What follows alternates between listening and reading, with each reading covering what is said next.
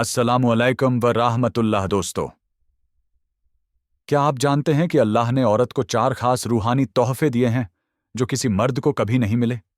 अक्सर सोसाइटी में मर्द और औरत का कंपैरिजन होता है, लेकिन क्या अल्लाह के नज़दीक भी कोई मुकाबला है?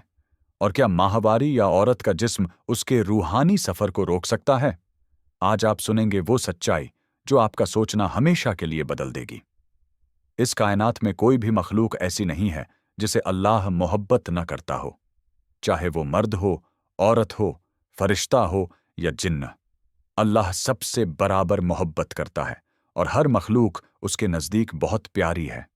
मगर हमारे मुआशरे में एक बुरी आदत है, यहाँ मर्द और औरत का बेज़रूरत मुकाबला किया जाता है। और अजीब बात यह कि ये सोच औरतों में भी पाई जाती है।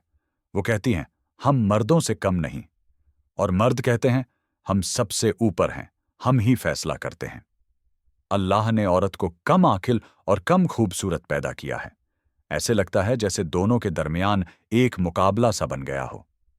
सबसे पहले अल्लाह ने मर्द और औरत दोनों के लिए अपनी मोहब्बत बराबर इजहार की है। और दूसरी बात, अल्लाह ने औरत को 4 खास तोहफे दिए हैं जो सिर्फ औरत को मिले, मर्द को नहीं। ये रूहानी तोहफे इतने अजीम हैं कि सुनकर आप हैरान हो जाएंगे कि अल्लाह ने औरत को कितनी इज्जत बख्शी है।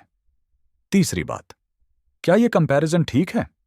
और एक और अहम सवाल, जो लोग कहते हैं कि औरत को सजा मिली है, क्या ये बात में सच्चाई है? क्या औरत इसी वजह से रूहानी सफर नहीं कर सकती? क्या वो किसी बुलंद रुतबे तक नहीं पहुंच सकती? उसे माहवारी होती है और माहवारी के दिनों में वो नापाक होती है।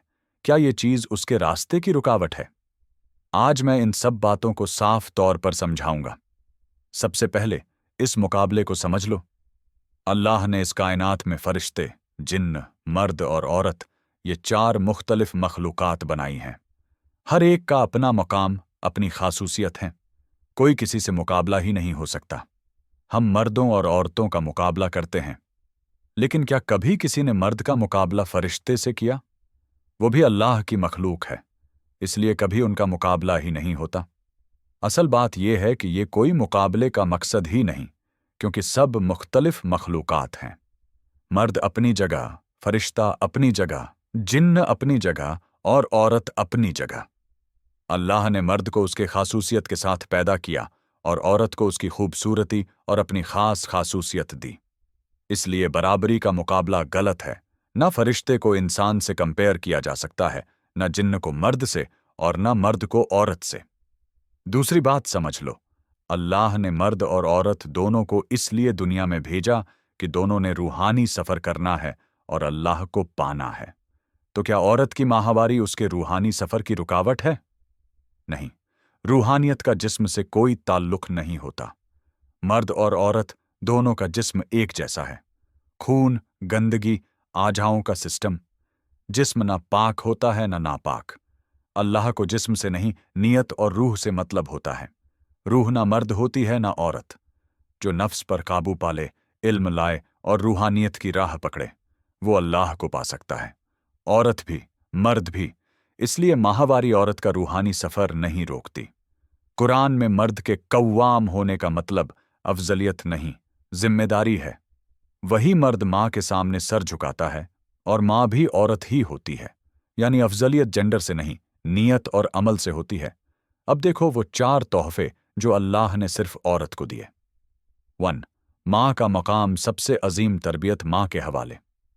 अल्लाह ने अपनी मोहब्बत को 70 माँओं की मिसाल से समझाया। ये रुतबा सिर्फ औरत को दिया। 2. फितरत का टेढ़ापन, लोग इसे बुरा कहते हैं, लेकिन ये रहमत है। अल्लाह ने मर्द पर लाजिम किया कि वो औरत से नरमी, मोहब्बत और रहमत से पेश आए। जबरदस्ती करेगा तो तोड़ देगा। 3. एक बड़ी महफिल जहां मर्द का कदम नहीं, ऐसी रूहानी मंजिल जहां सिर्फ औरत पहुंच सकती है।